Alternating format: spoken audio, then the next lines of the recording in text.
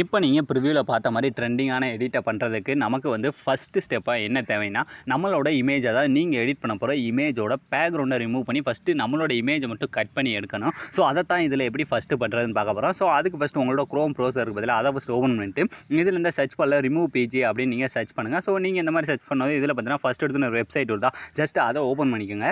அதை நீங்கள் ஓப்பன் பண்ணிங்கன்னா அதோட பேஜ் வந்து இப்படி தான் ஓப்பன் ஆகும். ஸோ இதில் வந்து பார்த்தீங்கன்னா ரொம்ப ஈஸியாக ஒரே கிளிக்கில் உங்களோட தான் கட் பண்ணி கொடுத்துரும்.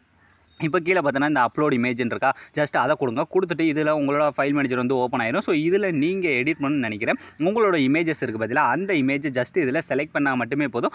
அதாவது நீங்கள் இமேஜ் மேலே ஒன் டைம் டச் பண்ணால் மட்டுமே போதும். அதுவே ரொம்ப ஈஸியாக வந்து நமக்கு எல்லாத்தையுமே கட் பண்ணி கொடுத்துரும். இப்போ நான் எடிட் பண்ண போகிறேன், நான் அதில் யூஸ் பண்ணியிருக்கேன் அந்த இமேஜை உங்களுக்கு லைவாகவே கட் பண்ணி காட்டுறேன். ஸோ இதே மாதிரி நீங்களும் எடிட் பண்ண போகிற உங்களோட இமேஜஸ் இருக்குது பார்த்தீங்களா, அதாவது ஃபஸ்ட்டு அந்த இமேஜை நம்ம பேக்ரவுண்டில் ரிமூவ் பண்ணி வச்சுக்கணும். அப்போ தான் அதில் நாம் எடிட் பண்ணுறதுக்கு ஈஸியாக இருக்கும். இந்த எடிட் பார்த்தீங்கன்னா என்னால் முடிஞ்ச வரைக்கும் நான் ரொம்ப ஈஸியான ஸ்டெப்பில் உங்களுக்கு எல்லாமே கொடுத்துட்டேன். இப்போ நான் எடிட் பண்ண போகிறேன் இந்த இமேஜ் இருக்குதுல, அது மேலே ஜஸ்ட் நான் அந்த மாதிரி செலக்ட் பண்ணாலே போதும், ஆட்டோமேட்டிக்காக அது வந்து இந்த மாதிரி லோட் ஆக ஆரம்பிச்சிடும். ஸோ இது வந்து ஃபுல்லாக லோட் ஆகி முடிக்கிற வரை கொஞ்சம் நேரம் மட்டும் வெயிட் பண்ணுங்கள். இது வந்து உங்களோட இன்டர்நெட் ஸ்பீடை பொறுத்து வேகமாகவே கட் பண்ணி கொடுத்துரும். ஸோ என்னோடது ஸ்லோவாக இருக்கனால தான் இப்படி நேரம் ஆகுது. ஸோ இப்போ பார்த்தீங்கன்னா அதுவே நமக்கு வேறு லெவலில் வந்து இந்த மாதிரி லோட் ஆகி கட் பண்ணி கொடுத்துரும். ஸோ இதில் நீங்கள் எந்த விதமான மேனுவலாக எதுவுமே செலக்ட் பண்ணலாம் தேவையில்லை, அவங்களே எல்லாமே கட் பண்ணி கொடுத்துருவாங்க. நீங்கள் ஜஸ்ட் இதை அப்படியே டவுன்லோட் பண்ணி நீங்கள் எடிட் பண்ணுறதில் யூஸ் பண்ணாலே போதும்.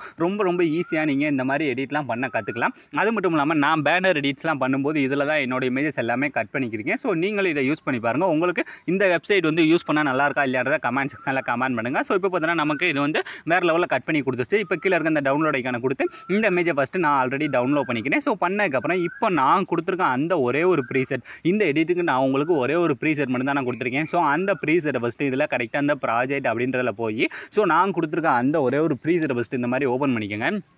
அதை நீங்கள் ஓப்பன் பண்ணிங்கன்னா அதில் நான் உங்களுக்கு எல்லாமே கொடுத்துருப்பேன். அதாவது இந்த வீடியோ டெம்ப்ளேட் முதற்கொண்டு எல்லாமே நானே கொடுத்துருப்பேன். அந்த லிரிக்ஸ் எல்லாமே நீங்கள் ஜஸ்ட் இதில் உங்களோட இமேஜை மட்டும் ஆட் பண்ணி இந்த எடிட்டை நம்ம ரொம்ப ஈஸியாக வந்து பண்ண போகிறோம். ஸோ இதுக்கு என்ன பண்ணேன்னா ஃபஸ்ட்டு கரெக்டாக சாங்கோட ஸ்டார்டிங், அதாவது அந்த 0.0 செகண்ட் வந்துட்டு இப்போ இந்த கிலோ ப்ளஸ் செகண்ட் இருக்குது, ஜஸ்ட் அதை டச் பண்ணுங்கள். அதை நீங்கள் டச் பண்ணிட்டு இதில் இந்த மீடியா அப்படின்ற ஆப்ஷனில் போயிட்டு இதில் ஃபஸ்ட்டு நாம் எடிட் பண்ண போகிற இமேஜ் இருக்குது பார்த்தீங்களா, அந்த இமேஜை பேக்ரவுண்ட்லாம் ரிமூவ் பண்ணாமல் நாம் ஒரு இமேஜாக வச்சுருப்போம் பார்த்தீங்களா. இப்போ நம்ம போய் கட் பண்ண பார்த்தீங்களா, அந்த ஒரிஜினல் இமேஜை ஃபஸ்ட்டு இதில் நம்ம ஆட் பண்ணணும். அந்த பேக்ரவுண்டில் நம்ம அதை ஆட் பண்ணிவிட்டு அதுக்கு மேலே தான் நாம் வந்து கட் பண்ணி வச்சுருக்கோம் நம்மளோட இமேஜை வந்து ஆட் பண்ணணும். ஸோ இப்போ நான் என்ன பண்ணுறேன், நான் எடிட் பண்ணி அந்த கட் பண்ணி வச்சுருக்கேன் அந்த ஒரிஜினல் இமேஜ் இருக்கு பதிலாக இதை நான் ஃபஸ்ட்டு இந்த இடத்துல ஆட் பண்ணிக்கிறேன். ஆட் பண்ணக்கப்புறம் ஃபஸ்ட்டு வீடியோட லாஸ்ட் வரை நான் போயிட்டு இந்த ரெண்டாவது இருக்க சிம்பிளை கொடுத்து வீடியோட லாஸ்ட் வரை இழுத்துக்கிறேன். இழுத்ததுக்கப்புறம் இதை ஃபஸ்ட்டு இப்போ நம்ம ஃபுல் ஸ்க்ரீனில் செட் பண்ணணும். ஸோ அதுக்கு என்ன பண்ணுறேன்னா இந்த இமேஜை ஃபஸ்ட்டு டச் பண்ணிட்டு அந்த மேலே இருக்க 3 டாட் டச் பண்ணி இந்த ஃபுல் கம்போசர் ஏரியா அப்படின்ற கொடுத்து ஃபஸ்ட்டு ஃபுல் ஸ்க்ரீனில் செட் பண்ணிக்கோங்க. செட் பண்ணி முடிச்சதுக்கப்புறம் இப்போ இதை அப்படியே லாங் ப்ரெஸ் பண்ணுங்கள். லாங் ப்ரெஸ் பண்ணி அப்படியே எல்லா லேயருக்குமே கீழே,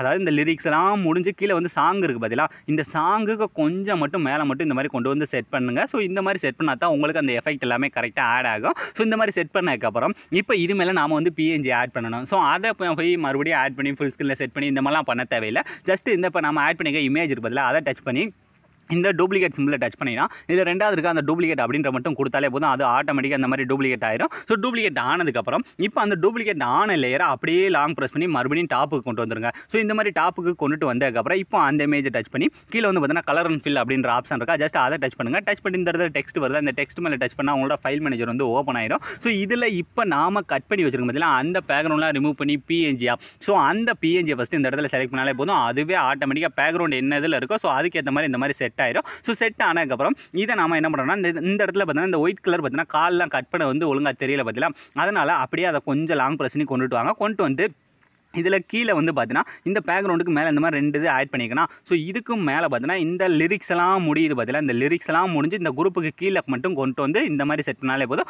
ரொம்ப ஈஸியாக நமக்கு இந்த மாதிரி செட் ஆயிடும். ஸோ இப்போ எல்லாமே கரெக்டாக பண்ணி முடிச்சாச்சு. இதுக்கடுத்து நீங்கள் எந்த விதமான சேஞ்சஸுமே பண்ண போகிறதில்ல, ஏன்னா லிரிக்ஸ் அதுக்கான எஃபெக்ட் எல்லாமே நானே கொடுத்துட்டேன். ஸோ இப்போ இந்த சைடில் இருக்க ஆப்ஷனை டச் பண்ணி இந்த 3D கேமரா மட்டும் ஆன் பண்ணிவிட்டு இப்போ இந்த வீடியோ நீங்கள் அப்படியே ஃபஸ்ட்லேருந்து ப்ளே பண்ணி பார்த்தாலே தெரியும் உங்களுக்கு. நீங்கள் ப்ரிவியூவில் பார்த்த மாதிரி ஒரு வேறு லெவல் ட்ரெண்டிங்கான ஸ்டேட்டஸை உங்களோட இமேஜை யூஸ் பண்ணி நீங்களே ரொம்ப ஈஸியான ஸ்டெப்பில் மேக் பண்ணியிருப்பீங்க. ஸோ அலாம் ஃப்ரெண்ட்ஸ், இந்த வீடியோ முடிஞ்சு. ஸோ இந்த வீடியோ உங்களுக்கு பிடிச்சிருந்தா மறக்காமல் ஒரே ஒரு லைக் பண்ணிடுங்க. ஸோ தேங்க்ஸ் ஃபார் வாட்சிங்.